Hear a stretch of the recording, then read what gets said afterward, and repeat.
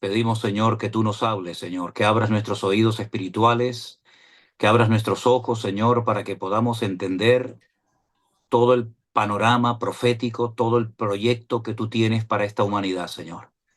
Danos sabiduría, Señor, danos memoria, danos la capacidad de retener, de poder tener presente, Señor, los tiempos en los que estamos viviendo, que son tiempos difíciles, tiempos peligrosos, tiempos donde se van a cumplir profecías que durante siglos han estado ahí esperando su momento, y pedimos en el nombre de Jesús que hoy sea un estudio de bendición para todos los que vamos a estar aquí reunidos y para todos los que después volverán a escuchar o a ver este mensaje, Señor.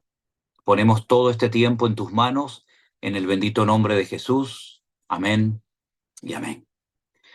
Mis hermanos queridos, mi propuesta primeramente es que sería buenísimo y tremendamente necesario que ustedes tomaran nota de lo que yo voy a estar explicando. Porque yo he estado 43 años, acabo de sacar la cuenta hace un instante, 43 años estudiando este tema. Y si usted es capaz de retener todo en una hora o tres cuartos de hora o el tiempo que estemos aquí, la verdad es que es para levantarle a usted un monumento.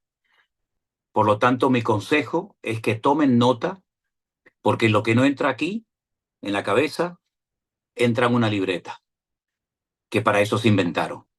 Así es que eso en primer lugar. En segundo lugar, quiero disculparme porque esta clase que yo voy a dar hoy, ahora, era para haberla dado el día miércoles, pero no pude hacerlo por circunstancias que todos ustedes conocen. Yo me sentí muy enfermo, muy mal, y no tenía fuerzas ningunas. Y entonces el Señor me paró durante 2 días y fue un tiempo extraordinario que pude pasar con el Señor, y ahora pues me encuentro mucho mejor, gracias al Señor. El tema que vamos a tocar en esta tarde tiene que ver con la lección 14 y 15 de este manual titulado ¿Quién es Jesucristo?, que ustedes han estado dando en el grupo número 1, 2 y 3 de la Iglesia Virtual. Este curso de discipulado es muy bonito, es muy interesante, pero cuando llegamos, ya digo, a la lección número 14, que se titula El futuro, y a la lección número 15, que se titula Más sobre el futuro, tenemos que dar una serie de explicaciones porque nosotros no estamos 100% de acuerdo con lo que el autor de este curso de discipulado ha escrito aquí. Creemos que hay mucho más, creemos que ustedes necesitan escuchar otra explicación. Entonces, ese es el motivo por el que me animo a dar esta clase que tiene que ver con el discipulado de nuestro ministerio Centro Evangélico Vida Nueva, pero que cuando ustedes la estudian directamente del manual, pues resulta que no es realmente así. Por lo menos desde nuestro punto de vista, no creemos en algunas de las explicaciones que da el autor de este curso. Esto tiene que ver con lo que nosotros llamamos los postreros tiempos o los tiempos finales, ¿verdad? Lo que ya en el Antiguo Testamento se menciona en el libro de Daniel como los Ajarón y Amín, es decir, algo que tiene que ver, pero no para la generación que lo recibió, sino para las futuras generaciones que se levantarían en el final de los tiempos. Ahora, el final de los tiempos o los últimos tiempos tuvieron un comienzo y tendrán un fin. Por lo tanto, es muy importante saber cuándo comenzaron los últimos tiempos y cuándo terminarán. Para saber cuándo comenzaron los últimos tiempos, tenemos que ir un momentito, y tomen nota de esta cita, a Hechos capítulo 2, al versículo 14, que nos dice la palabra del Señor lo siguiente. Hechos capítulo 2 nos habla acerca de una visitación especial del Espíritu Santo en una fiesta llamada la fiesta de Pentecostés, o bíblicamente Shavuot. Una fiesta que los judíos celebraban y siguen celebrando en la actualidad, donde recuerdan que Moisés, 50 días después de haber salido de la esclavitud en Egipto, se encuentra en el monte Sinaí a punto de recibir un regalo extraordinario. 613 mandamientos, instrucciones específicas para el pueblo de Israel en aquel momento, que la conocemos como la ley o la Torá, según el idioma que utilicemos. Cuando en ese día el Señor decide derramar su Espíritu Santo sobre aquel grupo de hombres y mujeres que se habían dado cita en el aposento alto, algunas de las personas que se acercaron al aposento alto para ver qué es lo que allí estaba pasando, dice la Biblia que algunas personas se burlaban.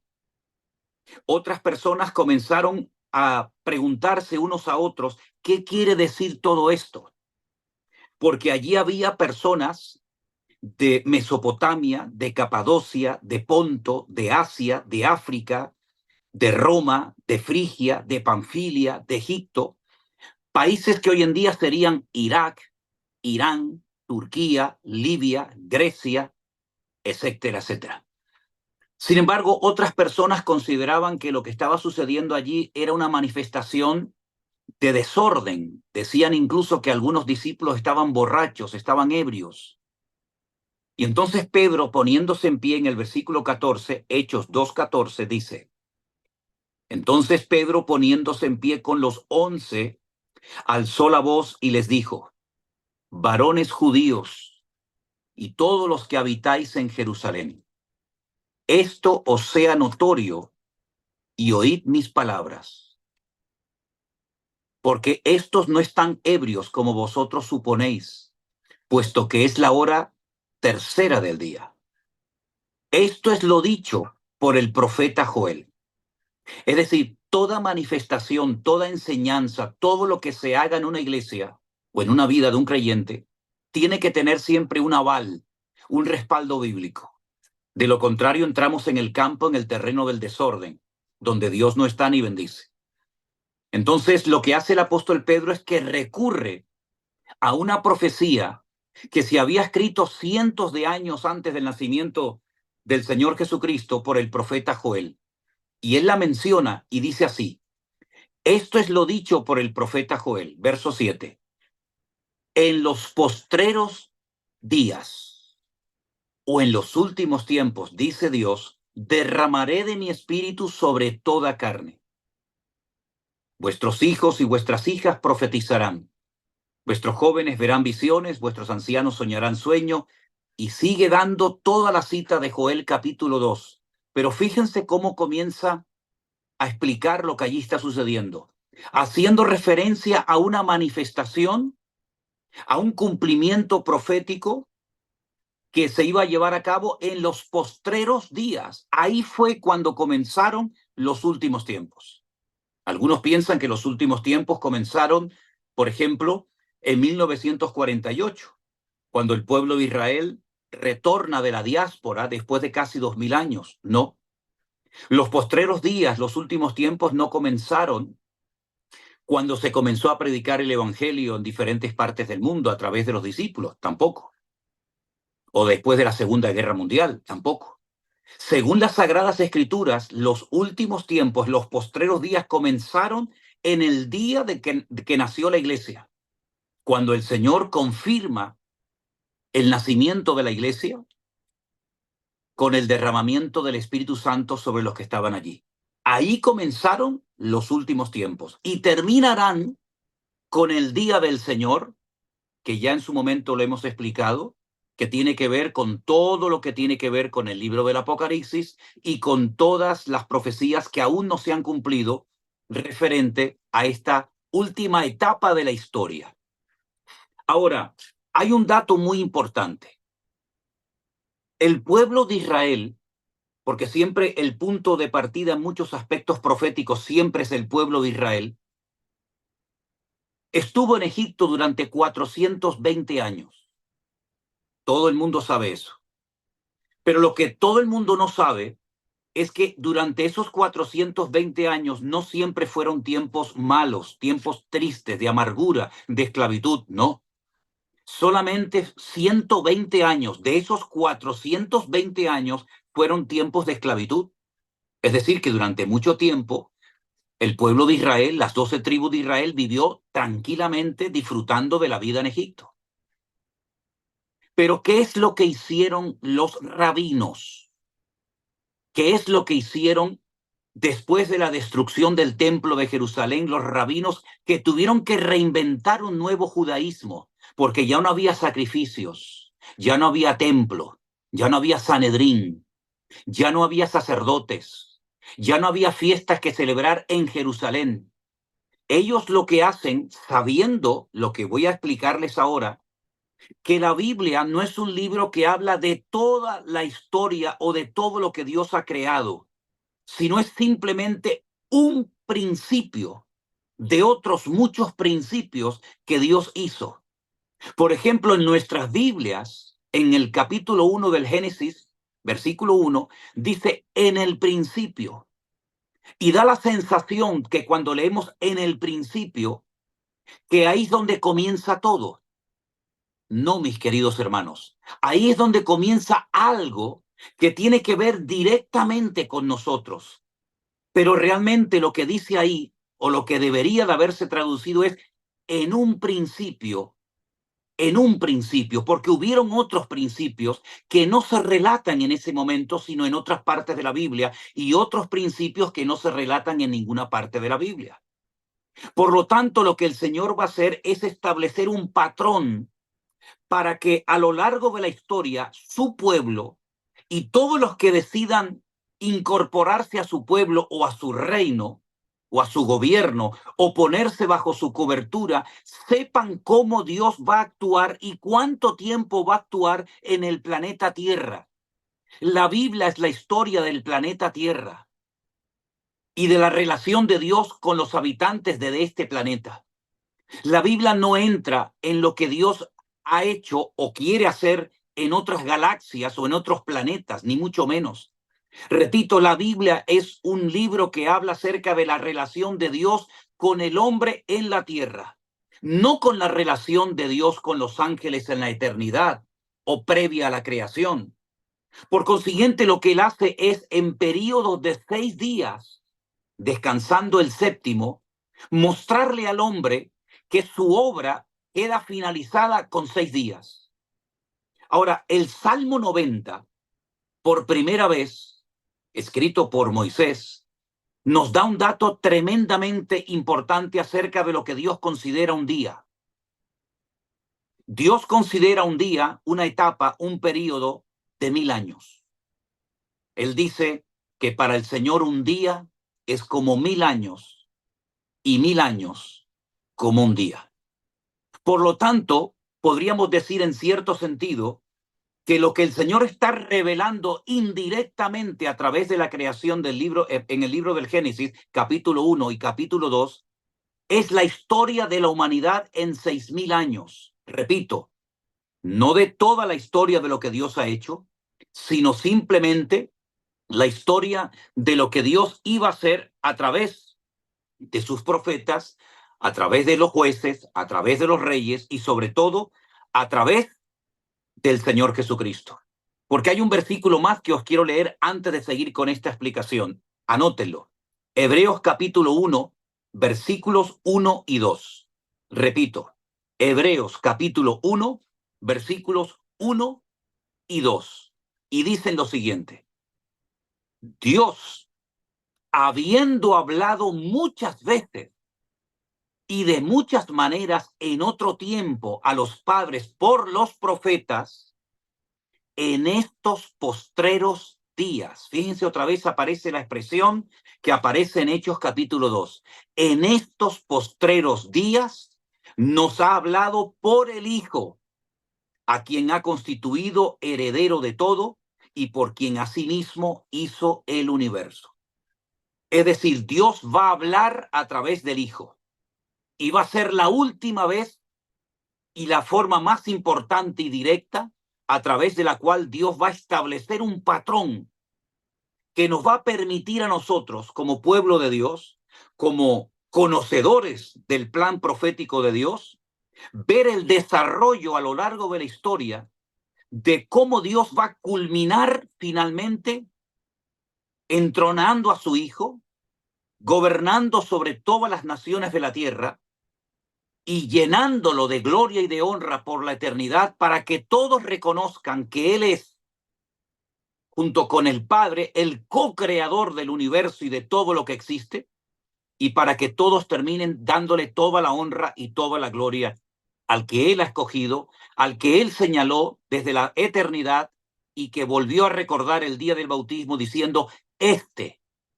es mi Hijo amado, en el cual tengo toda complacencia, en el cual deposito toda mi confianza, la deposito en Él. ¿Qué fue lo que hicieron los rabinos?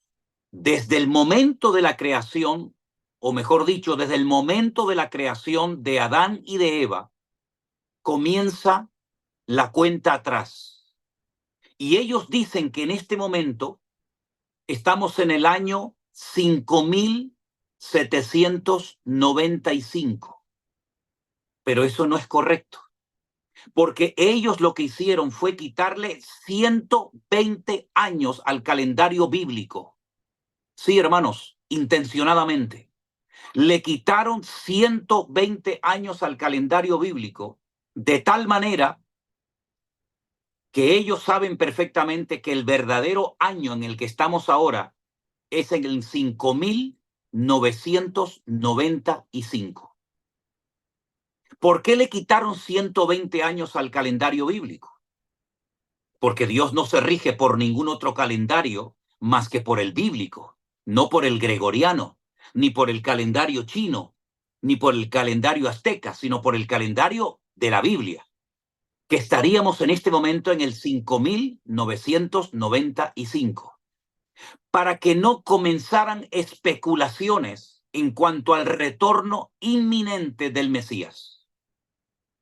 Porque la Biblia nos enseña que en 6 días finaliza su obra y al séptimo día, que son 1000 años, vendría el reposo de la tierra, que se conoce como el milenio o el Shabbat, donde Cristo viene a reinar sobre todas las naciones de la tierra desde la ciudad de Jerusalén.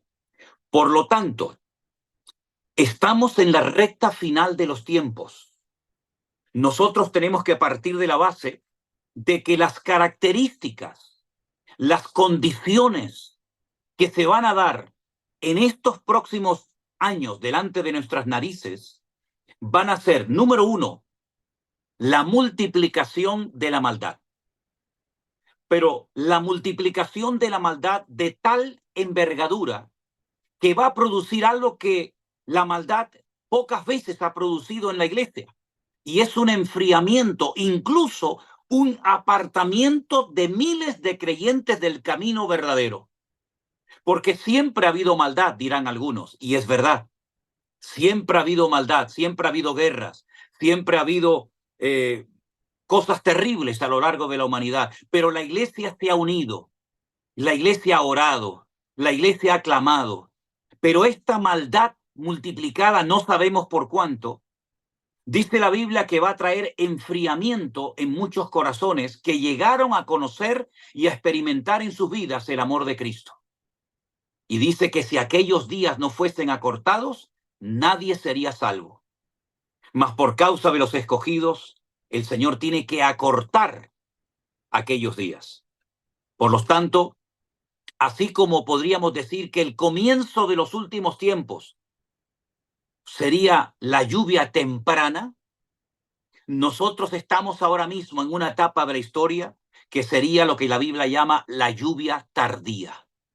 Y esto de la lluvia temprana y de la lluvia tardía es algo tan importante que Israel es el único país del mundo que a la lluvia temprana y a la lluvia tardía le ha puesto nombre. Por ejemplo, a la lluvia temprana se la llama Yoresh. Yoresh. Y a la lluvia tardía se la llama Malkosh. De tal manera que esas dos manifestaciones de la lluvia procedente del Señor tienen nombre, pero también una connotación y una aplicación espiritual, para que sepamos que así como comenzó la iglesia con una lluvia tremenda espiritualmente hablando, también el remanente que permanezca fiel al Señor experimentará un mover espectacular del Señor que dejará más de uno con la boca abierta. Y yo pregunto una cosa y hago un pequeño paréntesis. ¿No venimos experimentando un mover de Dios en nuestras vidas? ¿No venimos observando una multitud de personas que en estos últimos años se han puesto las pilas, si me permiten la expresión, y se han incorporado al reino de Cristo y se han puesto bajo la cobertura del Señor desde que el Señor viene obrando de una forma poderosa, de una forma tal vez sorprendente para muchos? No estamos viendo el inicio de esa lluvia tardía que el Señor profetizó en su palabra.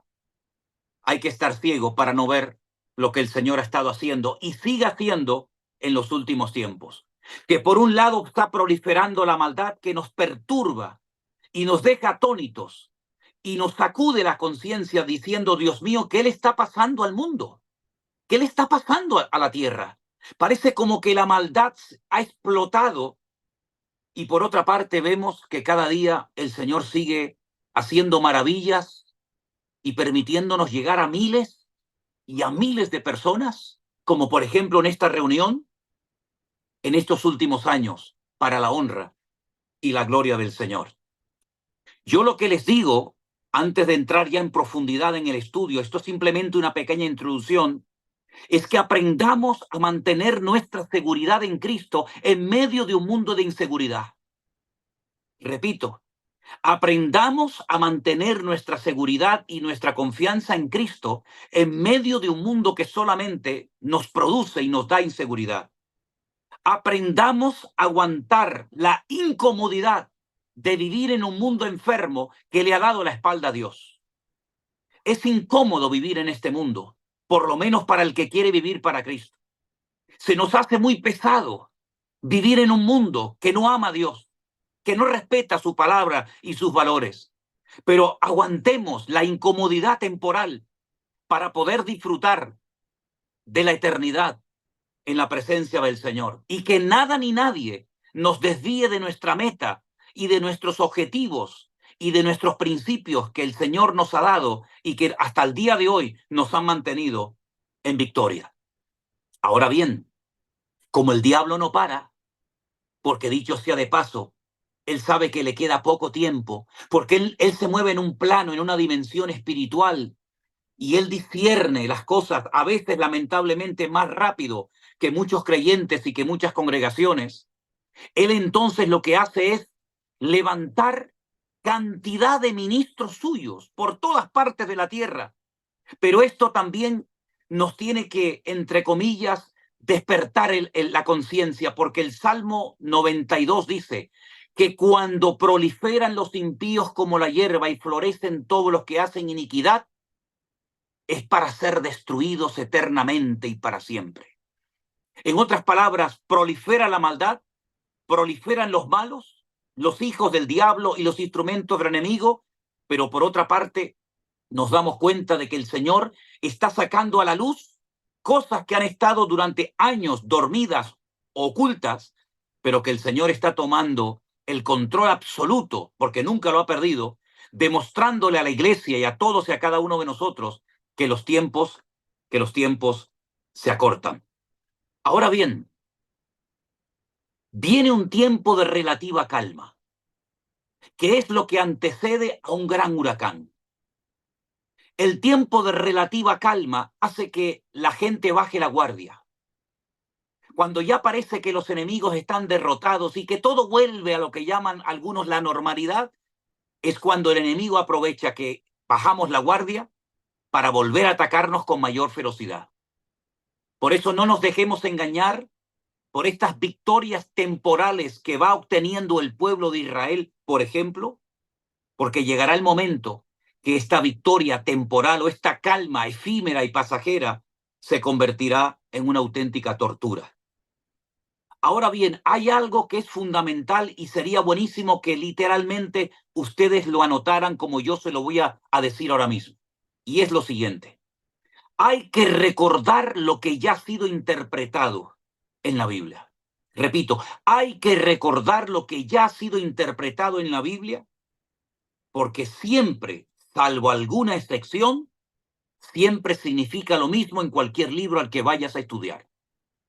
Quiero repetir esta frase porque de esto depende la comprensión de las Sagradas Escrituras en estos aspectos tan fundamentales como los que vamos a tratar en esta noche. Tienes que recordar lo que la Biblia ya ha interpretado, porque salvo raras excepciones, siempre significa lo mismo, vayas al libro que vayas, sea Antiguo Testamento, sea Nuevo Testamento o lo que sea. Y voy a ponerles un pequeño ejemplo y seguimos avanzando. Apocalipsis capítulo 17, versículo 15. Y quédense con esta explicación porque te va a venir muy bien para poder entender el capítulo que hoy vamos a estudiar. La explicación se encuentra en Apocalipsis capítulo 17, el versículo 15. Presten atención a este texto. Dice así la palabra del Señor. Y ya hago propaganda de la tacita de vida nueva. Me dijo también el Señor, las aguas que has visto, escuchen, las aguas que has visto, donde la ramera se sienta. ¿Cómo se puede sentar una persona sobre agua? Es que no son aguas. Las aguas donde la ramera se sienta son pueblos, muchedumbres, naciones y lenguas. Por eso la ramera, de la cual hablaremos en su momento, no hoy, se puede sentar y no ahogarse, no hundirse, porque no se está poniendo encima de aguas que se hundiría, sino se está posicionando encima de pueblos, de naciones, de personas, de culturas, etcétera, etcétera. Entonces, quédense con esa explicación, porque entendiendo lo que significan en el libro de Apocalipsis las aguas, cuando vayamos ahora al capítulo que vamos a estudiar, vas a entenderlo mucho mejor porque ya tienes la explicación. Ahora bien, ahondando un poco más en la maldad de los hombres de los últimos tiempos. Todavía no hemos entrado en el capítulo que vamos a estudiar esta noche. Ya vamos.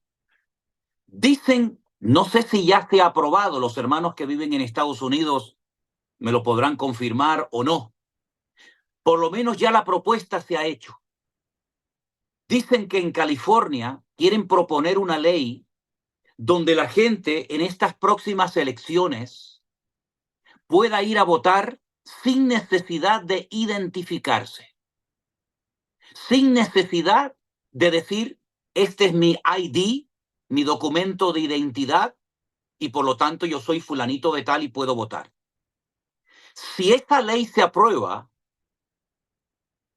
no sé si la han aprobado o no, por lo menos ya se ha propuesto, ya se ha sugerido, significa que podrán votar muchas personas que no son ciudadanos, que no están registrados, sino que les conviene votar por ciertas personas o partidos para que puedan vivir del cuento y puedan permanecer, por lo menos en teoría, en un territorio que de otra manera no podrían estar ni un minuto de su vida.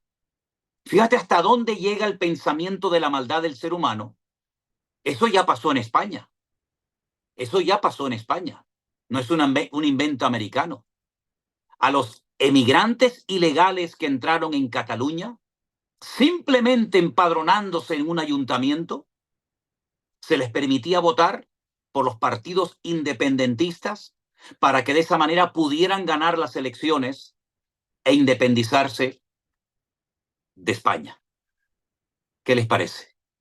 Por otra parte, sería muy interesante que ustedes leyeran todo lo relacionado con una lista que ha vuelto otra vez a salir en los medios de comunicación, que se conoce como la lista de Epstein, no de Epstein, el científico judío alemán, no, la lista de Epstein, con EP, Epstein.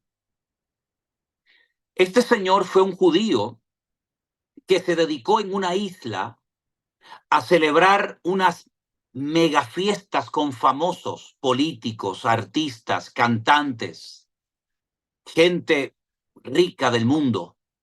Y esa lista, es impresionante la cantidad de gente que fue allí, atraídos no por el dinero, porque aunque la Biblia dice que la raíz de todos los males es el amor al dinero, esta gente no necesitaba ir a esta isla para hacerse famosa, porque ya lo eran.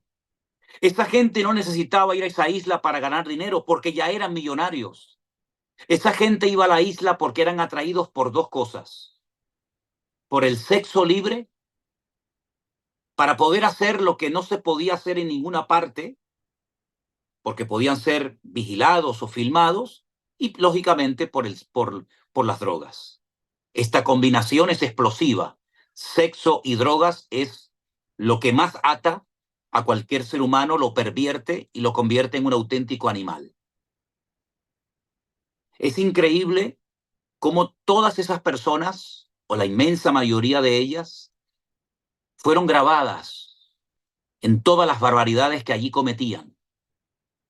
Y esa lista puede ser una tremenda amenaza en contra de esas personas que han ido a ese lugar. Porque ¿qué es lo que se pretende con estas reuniones de libertinaje, de orgías, de sexo libre? ¿Qué es lo que pretende el Club Bilderberg? ¿Qué es lo que pretenden estos grupos de elitistas del mundo, donde van incluso líderes políticos, líderes religiosos, etcétera, etcétera? La creación de un nuevo sistema mundial, dirigido por un personaje siniestro con unas capacidades espirituales e intelectuales fuera de lo común, que nosotros vulgarmente lo llamamos el anticristo o el antimesías, del cual habla muchísimo la Biblia. Yo le decía hoy a Elena, y tengo esa sensación, yo sé que la Biblia no se puede interpretar por sensaciones. Yo sé que la sensación, el sentir de cada uno, bueno, pues es algo muy particular y no puede prevalecer por encima de la hermenéutica, es decir, de la correcta interpretación de la escritura. Pero el sentir que yo tengo, después de haber estudiado por más de 43 años estos temas, y de estar viendo todo lo que estoy viendo, y de estar recibiendo información casi a diario, tengo la sensación de que este personaje está a punto de darse a conocer, porque el mundo está entrando en una agonía sin precedentes. El mundo está en una situación tan difícil que no hay partido, no hay político, no hay nadie que en este momento sea capaz de poner orden, paz y seguridad en las naciones de la tierra. Si miramos a Medio Oriente, aquello es un polvorín. Y eso que todavía Israel no ha atacado a Irán, cosa que va a suceder en breve. Eso que todavía las elecciones del mes de noviembre no se han llevado a cabo en Estados Unidos. Que gane quien gane, puede haber bastantes problemas. Miramos a Centroamérica, miramos a Sudamérica, miramos a África, miramos a Europa y nos damos cuenta de que el mundo ha perdido el control, ha perdido el norte y se necesita, humanamente hablando, urgentemente, de una cabeza pensante. Da igual si es de derechas, de izquierda, hombre, mujer, rico, pobre, ateo, creyente, musulmán o de la religión que sea o de ninguna, que por fin ponga orden y sepa lo que hay que hacer en el mundo, en la economía, en la política, en la educación, en la justicia, etcétera, etcétera. De ese personaje vamos a hablar en esta tarde y después le voy a compartir una noticia fresca. Una noticia que a más de uno le va a dejar con la boca abierta. Porque mientras buscamos en la Biblia, en Apocalipsis capítulo 13, por favor, mientras van buscando ese capítulo en esta tarde, quiero decirles que Israel tiene, permítame la opinión personal, un gran defecto o una gran virtud. Y es que cuando empieza una guerra, no hay quien lo pare. Cuando empiezan, es muy difícil pararlos. Tardan mucho en reaccionar. A veces, desde mi punto de vista, más de la cuenta. Más de la cuenta. Tenían que haber hecho ciertas y determinadas cosas mucho tiempo atrás. Todo el mundo lo sabe, incluso ellos mismos. Pero cuando arranca, cuando se despierta Israel, no hay quien lo pare. Hemos visto que de la Franja de Gaza han sido capaces de estar destruyendo una potencia militar que es un grupo terrorista llamado Hezbollah, financiado por Irán. Estamos viendo cómo están atacando a los hutíes en Yemen. Está a punto de declararle la guerra también a Irán, y les puedo asegurar que va a ser un ataque terrorífico. Es decir, Israel no ha hecho más que comenzar, porque detrás de todo esto ustedes tienen que saber qué es lo que se pretende alcanzar. No solamente, entre comillas, la paz, no solamente derrotar a los enemigos, sino que esta es una repetición de un hecho histórico que cuando yo se los cuente ahora se van a quedar muchos de ustedes probablemente muy sorprendidos. Vamos a Apocalipsis capítulo 13. Presten atención a este capítulo porque es un capítulo fundamental y vamos a ir leyéndolo muy despacio para ir reflexionando en torno a algunas expresiones y palabras que aquí encontramos. Apocalipsis capítulo 13, versículo 1. Me paré sobre la arena del mar y vi subir del mar una bestia que tenía 7 cabezas, 10 cuernos y en sus cuernos 10 diademas y sobre sus cabezas un nombre blasfemo. ¿Se acuerdan cuando leímos Apocalipsis 17:15? ¿Qué les dije a ustedes que son las aguas? Las aguas son pueblos, muchedumbres, naciones y lenguas. Esa interpretación la da la Biblia y es el patrón que nos va a servir para poder interpretar parte de este versículo. Me paré sobre las naciones de la tierra, me paré sobre los pueblos, sobre los muchedumbres de la tierra. Ahora, este texto da la impresión que el que se para es Juan, y es que no se ha traducido correctamente. Yo sé que los venezolanos, cuando le quieren decir a una persona que se pongan de pie, utilizan una mala expresión y le dicen párete, párese. Y cuando tú le dices a un niño en Venezuela, párese, el niño se pone de pie. ¿No es así, Vanessa? Sin embargo, cuando usted le dice a una persona en España, párese, se queda quieto. Y es que pararse no es levantarse. Pararse es quedarse quieto. Y lo que dice el texto es que esta bestia se paró. No es que se levantó. No es Juan el que se está parando. Es la bestia la que se detiene, la que se pone quieta, la que se para sobre la arena del mar. En otras palabras, él sabe que tiene que hacer una serie de cosas, pero hay un momento en que se detiene. Hay un momento en el que se para, no avanza. Se para sobre la arena del mar para que la veamos, para que la contemplemos. Porque si se levanta y sale corriendo, no vamos a percatarnos de muchos detalles. Pero en esta ocasión es como que se detiene el play. Saben que estamos viendo una película, ¡pam! Usted le da pausa y entonces se queda la imagen fija. Ahora se ha parado la imagen, hermanos. Ahora el tráiler se ha quedado en pausa.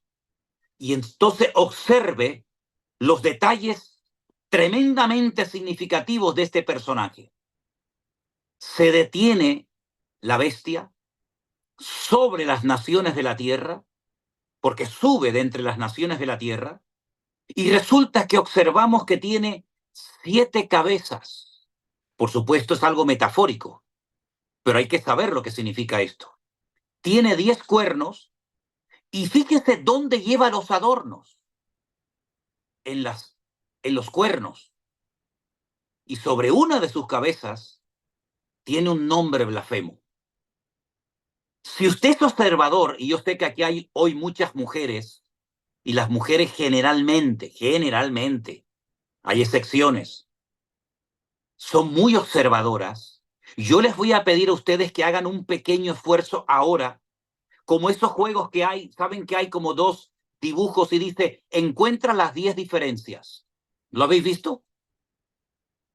Ahora encuentren las diferencias entre el 12.3 y el 13.1. Repito, encuentren las diferencias entre lo que dice el capítulo 12, verso 3 y lo que dice el capítulo 13, verso 1. Porque el capítulo 12, verso 3 dice, se apareció otra señal en el cielo que era un gran dragón, escarlata, que tenía 7 cabezas y 10 cuernos, y en sus cabezas 7 diademas. Primera diferencia, el color. El color escarlata no aparece en la bestia de Apocalipsis 13.1. ¿Se dan cuenta, hermanas? Ese color no aparece. Otra cosa que tiene igual, el dragón. El dragón es el diablo, la serpiente antigua, Satanás. Otra similitud que tiene Satanás con esta bestia es que tiene igual 7 cabezas. Y también otra similitud es que tiene 10 cuernos. Pero mi pregunta es, ¿el dragón dónde tiene los adornos? ¿En las cabezas o en los cuernos? Dice que en sus cabezas tiene 7 diademas. En las cabezas.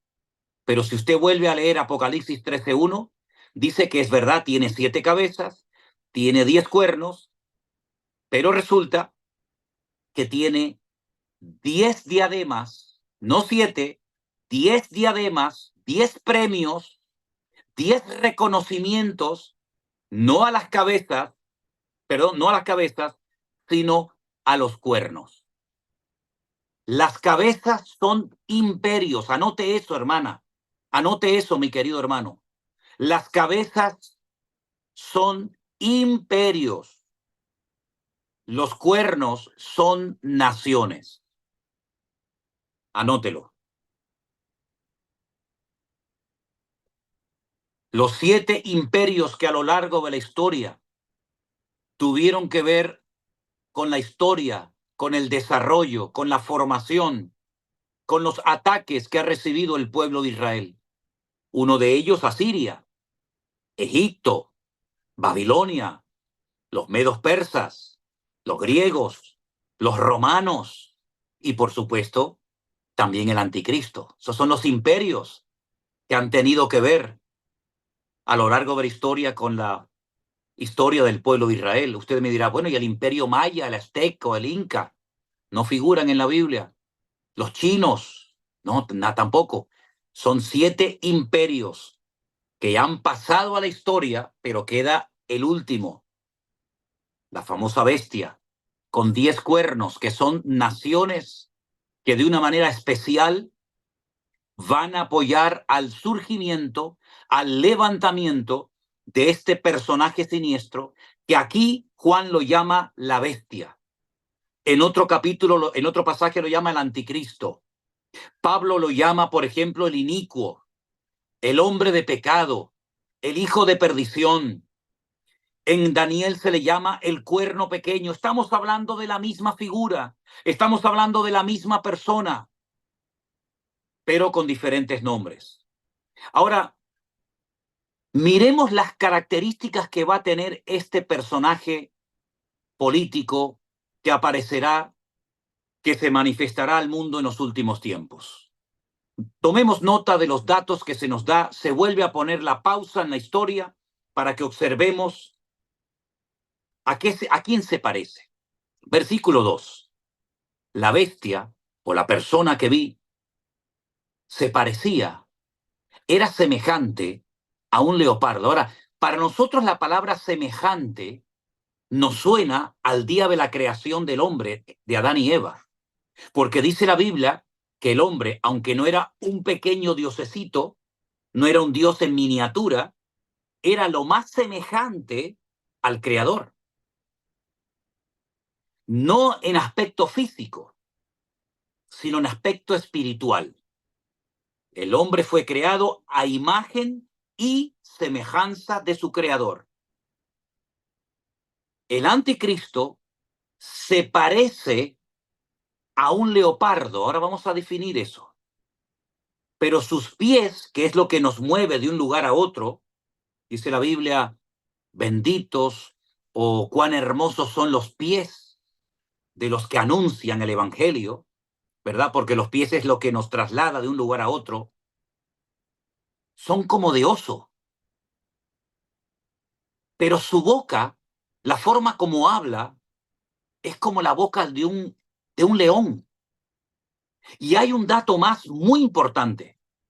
El versículo termina diciendo que el dragón, en el capítulo 12 dice que el dragón es, según el verso 9, la serpiente antigua, el diablo, Satanás. El dragón le dio tres cosas. Le dio poder, le dio trono y le dio autoridad. Una sede de gobierno implica la palabra trono. Le dio poder, poder militar, poder político, poder espiritual, y le dio autoridad. En estos dos versículos tenemos una información tremendamente interesante y amplia de cómo va a ser el personaje que se va a presentar. Ahora, para poder entender el versículo 2, donde aparecen varios animales, como por ejemplo el leopardo, el oso y el león, ustedes tienen que leer sí o sí el capítulo 7 del libro del profeta Daniel. Léanlo, por favor.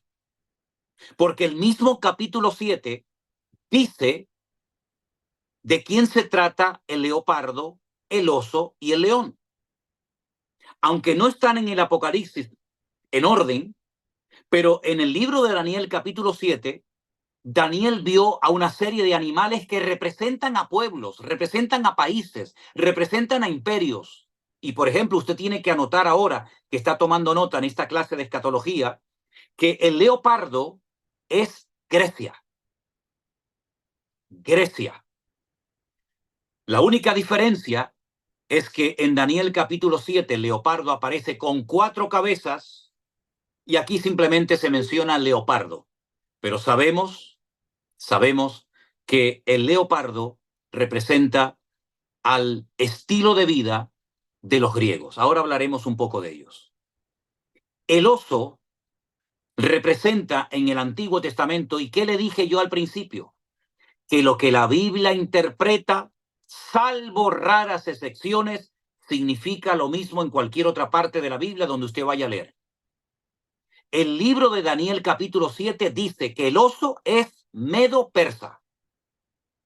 Es decir, los kurdos y los persas, o como se les conoce hoy en día, los iraníes. Los kurdos, un pueblo que en la actualidad no tiene tierra, pero que pelea por tener un territorio, que han sido muy castigados a lo largo de la historia, y los persas, que odian a Israel y que le han jurado su destrucción, y que ya han atacado a Israel. Precisamente atacaron a Israel, fíjense qué significativo, el mismo día que los judíos se rebelaron en el gueto de Varsovia, en la Segunda Guerra Mundial. El mismo día, en el mes de abril de este año. Y el león, que solamente aparece aquí como el león, pero que en el Antiguo Testamento, en el capítulo 7 de Daniel, aparece con alas por la rapidez con la que se movía, con la que atacaba, representa al imperio de los babilónicos.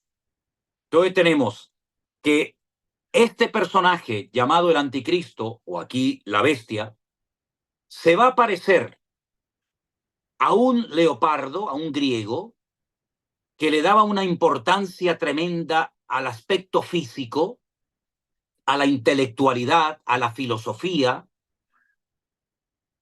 al deporte, al hedonismo, a todo lo que tiene que ver con aparentar y figurar. Al mismo tiempo va a tener la boca de un persa que parece que habla muy sutil, muy suavemente, pero que te cautiva la forma de hablar, pero por dentro es tremendamente peligroso.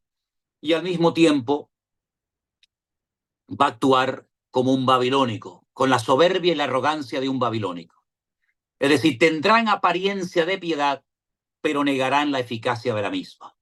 Es una mezcla de cultura griega, de cultura persa, de cultura babilónica, tres imperios que tuvieron que ver muchísimo con la historia del pueblo de Israel. Ahora, lo curioso de esto es que, por ejemplo, los griegos, escuchen bien esto es muy importante y para mí creo que muy interesante, los griegos no destruyeron el templo de Jerusalén, no lo destruyeron, lo reconvirtieron en un centro de deporte, en un auténtico spa, en un gimnasio, y lo decoraron al mismo tiempo con sus dioses, con sus divinidades, con Júpiter, etcétera, etcétera. Por el contrario, los babilónicos sí destruyeron el templo de Jerusalén y se llevaron cautivos a Babilonia una gran masa de judíos que se salvaron de la destrucción de Jerusalén. Y es curioso ver también cómo los persas finalmente fueron los que financiaron la reconstrucción del segundo templo de Jerusalén.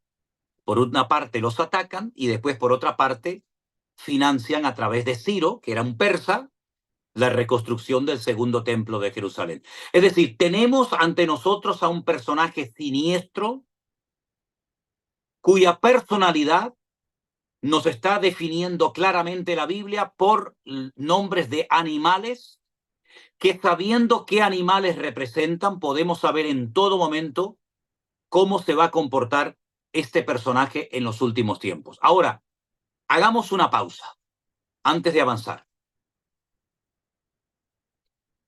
En los tiempos del rey David, cuando él sube al trono y está primeramente unos años, 7 en Hebrón y 33 en Jerusalén, aunque el sueño de David era la reconstrucción del templo de Jerusalén, el Señor lo utilizó para vencer, conquistar y dominar y convertir en tributarios a todos los enemigos que rodeaban al pueblo de Israel.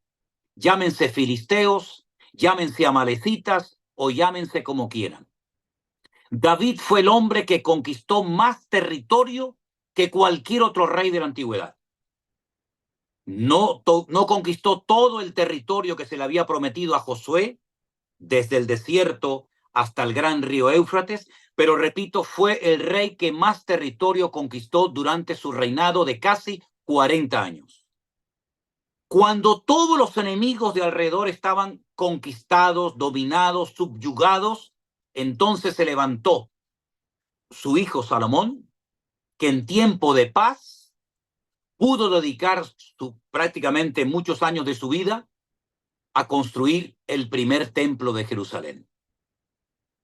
Como la Biblia dice que lo que será es lo mismo que fue, el pueblo de Israel en este momento está en la misma situación de la época del rey David. Por eso los judíos dicen que vendrán dos Mesías. ¿A qué no ha habido oído nunca eso muchos de ustedes? No uno, dos Mesías. David ben Yosef, uno que es hijo de David y uno que es hijo de Yosef. Un Mesías que viene a conquistar a los enemigos y otro Mesías que viene a reconstruir el reino, a implantar la monarquía y a reconstruir el templo. ¿Qué le parece? David, Ben Yosef y Ben David. Muchas gracias, Marisol. Gracias. Ben David y Ben Yosef. El hijo de David y el hijo de José. David sin Salomón es como una barca que rema con un solo remo. Salomón, sin el trabajo extraordinario que llevó a cabo su padre, repito, sería como una barca que rema sobre un solo remo. David necesitó a Salomón, Salomón necesitó de David.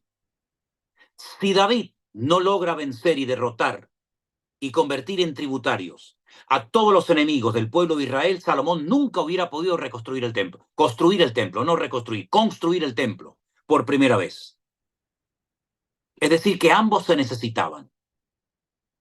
Es interesante notar que este presidente que está en este momento, este primer ministro que está en este momento en Israel,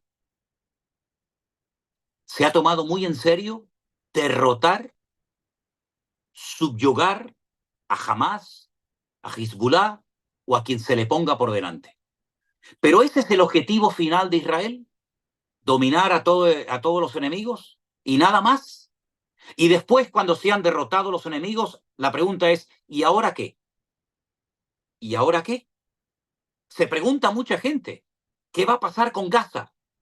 Pero yo voy más allá. La pregunta es, cuando estos enemigos sean derrotados, ¿ahora qué se espera?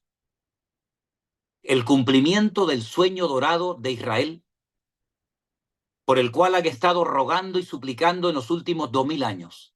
Construir el templo de Jerusalén. ¿Dónde?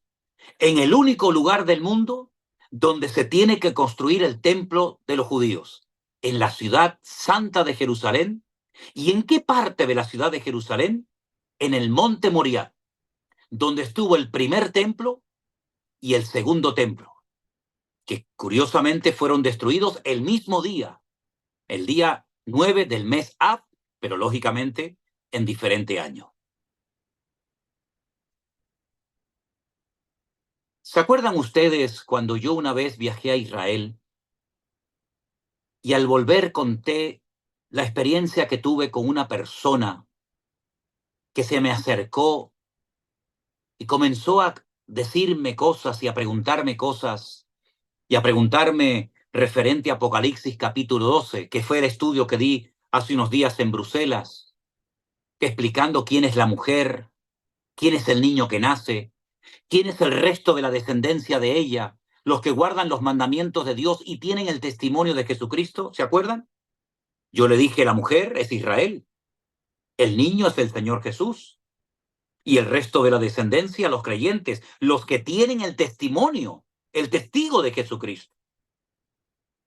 Esta persona en el muro de los lamentos me dijo, perseguirán a Israel y después perseguirán a los que guardan el testimonio de Jesucristo, es decir, a ustedes, los cristianos, los hijos de Dios. Me habló de la guerra de Ucrania. Empezarán por Ucrania y luego probablemente se atreverán a atacar a algún país europeo. Y saben que como Europa es, digamos, como un solo continente, en cuanto atacan a un país europeo, teóricamente todos tienen que unirse a defenderlo.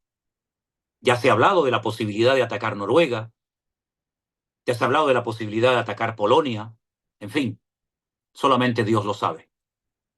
La cuestión está en que esta persona se ha vuelto a poner en contacto conmigo y hemos tenido larguísimas conversaciones. Él es un ortodoxo judío. Él es el típico judío con su talit, con su kipá, con sus tirabuzones, etcétera, etcétera. Y me comentó hace unos días algo y lo digo porque me dijo, cuéntalo, porque según sus palabras, no las mías, según sus palabras, a ti te van a escuchar más que a mí. Y tú tienes la posibilidad de hablar a miles de personas, que yo no tengo esa posibilidad. Así que creo que el Señor te ha, te ha escogido para esta hora. Así que habla y no calles. Y por eso me atrevo a decirlo. Él es un judío ortodoxo creyente en Yeshua, creyente en el Señor Jesucristo como nosotros. 100% exactamente igual que nosotros. Cree en la segunda venida del Señor, lee el Nuevo Testamento, ha nacido de nuevo. No hay ninguna diferencia, salvo que es de raza judía, nada más.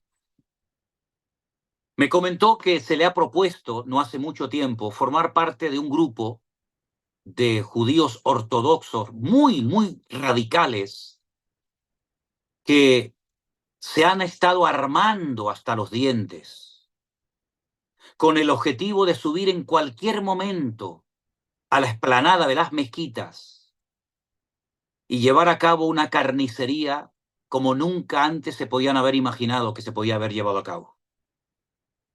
Mi pregunta fue, pero ¿tú sabes la que se puede armar a nivel mundial y en el mismo Israel si eso sucede?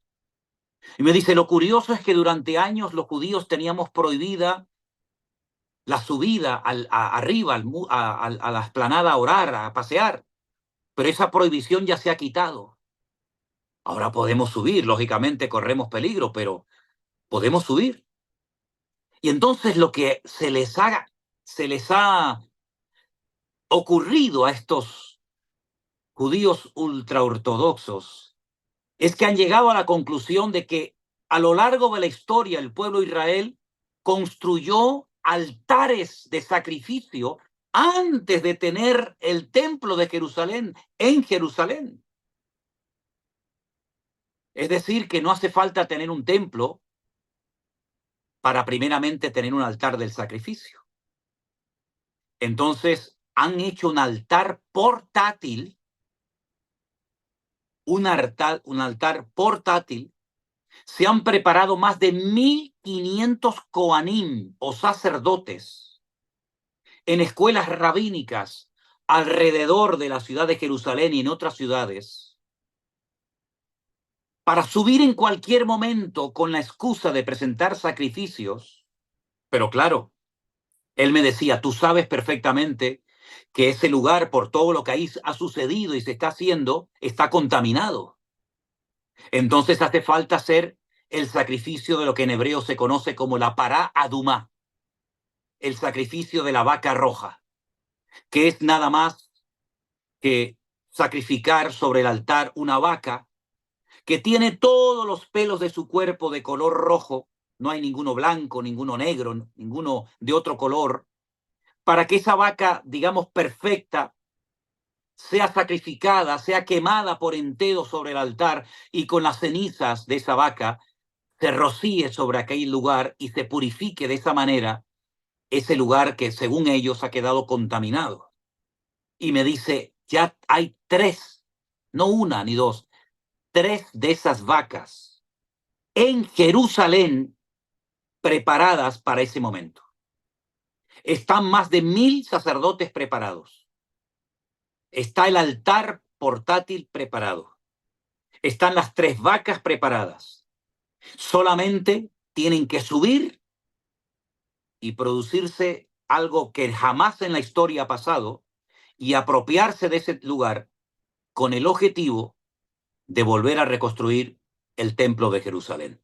Pero para ello hace falta un David, un hombre valiente, un hombre que no le haga caso a nada ni a nadie, que no lo pare nada, ni las amenazas de Europa, ni las amenazas de Biden, ni de nadie, y que sea capaz de enfrentarse con quien sea, de tal manera que pueda debilitar a los enemigos para que puedan subir y reconstruir el templo en poco tiempo, que por cierto ya está todo preparado y dispuesto para llevarlo a cabo en cualquier momento. Están dispuestos a que corran ríos de sangre. Están dispuestos a pagar el precio que sea necesario, porque saben que los tiempos se acortan. Y aunque han mentido manipulando el calendario en 120 años menos, saben que según el relato bíblico quedan 5 años para el transcurrir del desarrollo profético de Dios, según las profecías que ellos han recibido y aprendido de sus antepasados del Antiguo Testamento. Es decir, estamos en un momento de la historia tan trascendental que muchos creyentes no son conscientes de que queda poco tiempo para que lo que hemos leído y predicado durante, yo personalmente, 43 años de mi vida, que se dice pronto, veamos cómo por fin comienzan a cumplirse cosas que eran un sueño, que eran algo impensable, pero que hoy en día son totalmente posibles. Ahora bien, hay un detalle más, y es el siguiente. Si me acompañan un momentito, por favor, a Apocalipsis capítulo 9. Ahora vamos a hacer un pequeño alto. En Apocalipsis capítulo 9, por favor, hay una, vamos a decir así, una participación del mundo espiritual muy interesante, y es la siguiente. Apocalipsis capítulo 9, versículo 13, la palabra del Señor nos dice lo siguiente. El sexto ángel, no el séptimo, ¿saben que hay 7 trompetas? No, no, no. El sexto ángel tocó la trompeta y oí una voz de entre los 4 cuernos del altar de oro que estaba delante de Dios, diciendo al sexto ángel que tenía la trompeta, desata a los 4 ángeles que están atados junto al gran río Éufrates. Y fueron desatados los 4 ángeles que estaban preparados para, escuche, hora, día, mes y año, a fin de matar a la tercera parte de los hombres. Y el número de los ejércitos de los jinetes era 200 millones. Y yo oí su número. Hay 4 demonios que desde los tiempos de Noé están atados. Sí, Apocalipsis capítulo 9, versículos del 13 al 15. 4 demonios que están atados, tremendamente destructivos, que según otro versículo que le voy a dar, Judas capítulo 6, segunda de Pedro 2:4, repito, Judas versículo 6, segunda de Pedro 2:4, están como en una prisión de oscuridad, pero que tendrán una hora, un día, un mes y un año para actuar y producirán una matanza terrible. Es decir, lo que nosotros estamos a punto de ver, si es que el Señor nos permite llegar hasta ahí, nunca nadie jamás en la historia lo ha visto. Nunca nadie lo ha visto. En sueños y en visiones sí, pero tal y como probablemente lo lleguemos a ver nosotros, no lo ha visto absolutamente nadie. ¿Por qué nos hemos animado hoy a tener esta clase con todos ustedes? Porque se ha enseñado durante mucho tiempo que cuando las cosas se pusieran muy feas, muy duras, muy difíciles, la iglesia, los cristianos, los hijos de Dios, no íbamos a estar en el planeta Tierra, sino que el Señor nos iba a llevar a lo que se conoce como las bodas del Cordero, la fiesta de la novia con el amado, con el Señor Jesús. Mientras tanto, la tierra se despedazaba y finalmente nosotros vendríamos. Pero sin embargo, ustedes saben perfectamente que el apóstol Pablo, por revelación del Espíritu Santo, dijo que es a la final trompeta. Y hay 7, no 4 ni 5, sino 7 trompetas. Y él dice en 1 Corintios capítulo 15, aquí os digo un misterio, no todos dormiremos, pero todos seremos transformados en un momento y en un abrir y cerrar de ojos. Es como de gusano a mariposa. Todo cambiará a la final trompeta. A la final trompeta. Y hay 7 trompetas en el Apocalipsis, hermana. No una ni dos, hay 7. Y Pablo dice, a la final trompeta, cuando se toque ese último toque de trompeta, y el último toque de trompeta aparece en el libro del Apocalipsis, le digo exactamente dónde. Empiezan en el capítulo 8, ¿verdad? Y nos vamos adentrando en el libro del Apocalipsis y encontramos que las trompetas empiezan en el capítulo 8, versículo 6, saltamos al capítulo 9, ¿verdad? Seguimos por todo el capítulo 9, encontramos a los 2 testigos predicando en la ciudad de Jerusalén y llegamos al capítulo 11, versículo 15, donde oímos el séptimo toque de trompeta.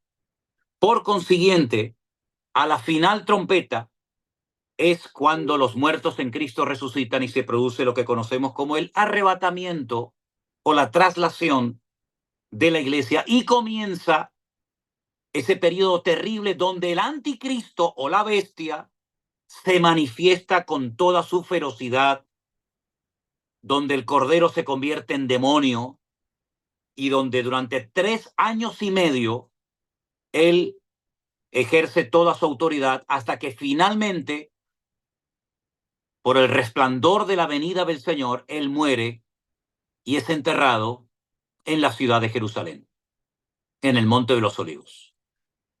Así que, mis queridos hermanos, si a usted le enseñaron que los cristianos, que los hijos de Dios, no íbamos a estar en esta primera parte de los últimos tiempos, de la última semana, que algún día, si quieren, les doy un estudio sobre la última semana, las características de la última semana o la semana 70 del profeta Daniel, pues permítame decirle que la Biblia nos enseña otra cosa muy diferente, que lamentablemente muchos creyentes han querido ignorar y no entrar nunca en detalle, porque sin lugar a dudas no es nada agradable lo que se avecina sobre el planeta Tierra.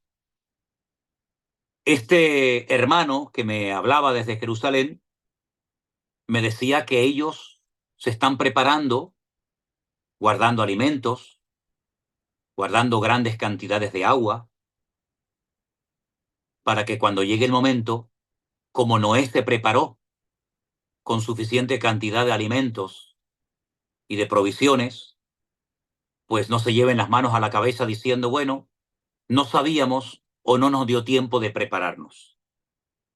Noé fue el encargado de prepararse, él y su familia, para que cuando pasara por el diluvio no se muriera de hambre. Porque recuerden que estuvo un buen tiempo dentro del arca y durante ese tiempo había que beber, había que comer, él y los animales. Así que el arca no solamente era para salvarse del agua, sino para almacenar suficiente cantidad de alimentos para que cuando comenzara a llover con la intensidad con la que comenzó en los días del diluvio, estuvieran preparados y no se murieran ni de sed ni de hambre él y su familia.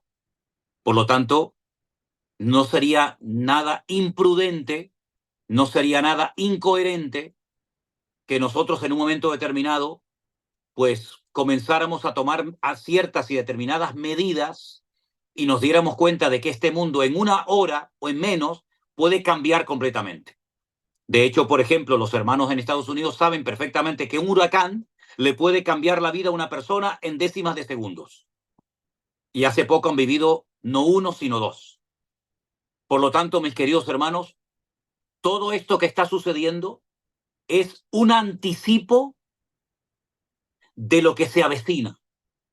Es como el otro día alguien me hizo una pregunta en Bélgica y la verdad es que le di públicamente gracias al Señor, porque yo, y lo digo para la gloria de Dios, y mi Dios lo sabe, en este momento Dios me dio sabiduría, porque le respondí a esta hermana de la siguiente manera. Hermana, cuando usted, por ejemplo, va a ver una película, por ejemplo, en Netflix, hay muchas películas que antes de usted verlas, hay lo que se llama un tráiler. Y usted pone un tráiler que dura unos minutitos y usted más o menos se hace una idea de la película que está a punto de ver o no. La Biblia nos da tráiler. Usted puede ver un poquito lo que va a pasar, lo que no va a pasar, quién va a morir, quién no va a morir, dónde será, cómo no será, quién atacará. Hay como un tráiler, un anticipo. Y hermano, lo que pasó el 7 de octubre en Israel es un tráiler. Uno de los que han muerto, líderes de Hamas, dijo que lo que pasó el 7 de octubre va a pasar 1 millón de veces más. Que no se arrepienten de nada, sino que eso es lo que le espera a todos los infieles. Por lo tanto, estamos viendo tráilers de una película de 7 años, o si lo prefiere, de 3 años y medio, terrible, pero estamos viendo anticipos de lo que le espera a la humanidad. Y mientras algunos están casándose y dándose en casamiento como en los días previos al diluvio, y no entendieron hasta que vino el diluvio y se los llevó a todos, así será como en los días de Noé. Personas que no son conscientes de la realidad espiritual que estamos viviendo. Porque cuando hay mucho conflicto, cuando hay mucho conflicto bélico, mucha guerra, es un reflejo de lo que está pasando en el mundo espiritual. Ustedes saben que yo he dicho muchas veces, y lo reitero, que lo natural es un simple reflejo de lo que está pasando en el mundo espiritual. Es decir, usted observa a cualquier punto de la tierra y lo que está pasando es un conflicto espiritual que se refleja en lo natural, como cuando usted pone su mano y se refleja su sombra. La sombra no es su realidad, la realidad es su mano, pero la sombra habla de una realidad. Por lo tanto, nosotros vivimos en un mundo de sombra, vivimos en un mundo material, pero no se olvide que el mundo espiritual es aún más real y existió antes del mundo en el cual nosotros vivimos hoy en día.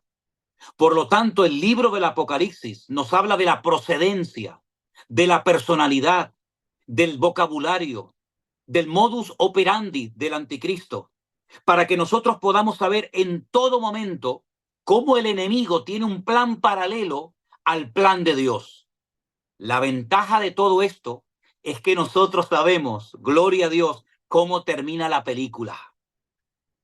Esa es la gran tranquilidad y la gran confianza y la gran paz que sentimos en nuestros corazones, que ya hemos visto el final de la película, ya hemos visto quién gana y quién pierde, ya hemos visto el destino del diablo y hemos visto el destino de la iglesia, y por lo tanto esto nos tiene que traer un ánimo y una fortaleza espiritual que tiene que desterrar el miedo totalmente de nuestros corazones.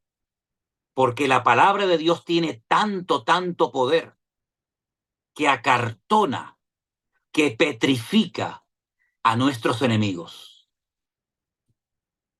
Y podría contarles algunas experiencias, pero la palabra de Dios es tan poderosa que si en algún momento de la historia la iglesia ha necesitado refugiarse, sumergirse, meterse en la palabra, es ahora. Por eso es el sistema que están utilizando los 66 millones de musulmanes en Europa. Sembrar dudas en cuanto a textos de la Biblia que no están muy claros o que aparentemente presentan contradicción. Ellos no van directamente a hablarte del Corán. Ellos no van directamente a hablarte de Mahoma o del Islam. Ellos comienzan a decir, ¿sí? ¿Eres cristiano? ¿Y por qué la Biblia en Mateo dice una cosa y en Juan dice otra? ¿O en Daniel dice esto y en Apocalipsis dice otra?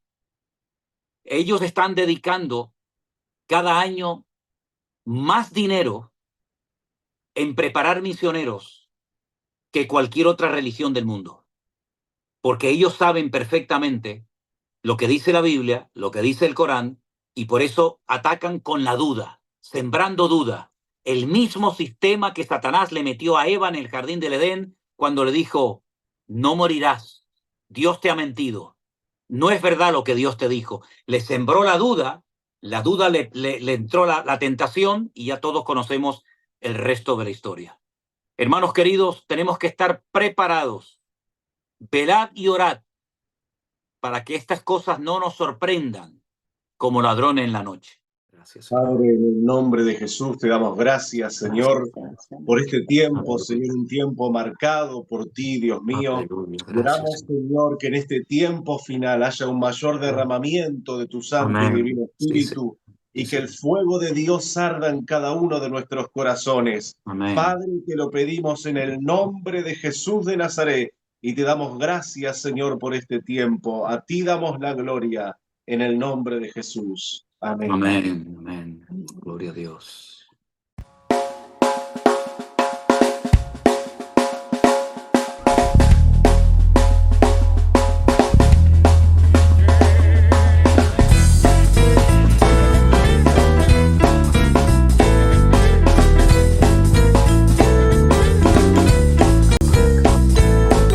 No importa lo que te dijeron, no importa lo que que te hicieron.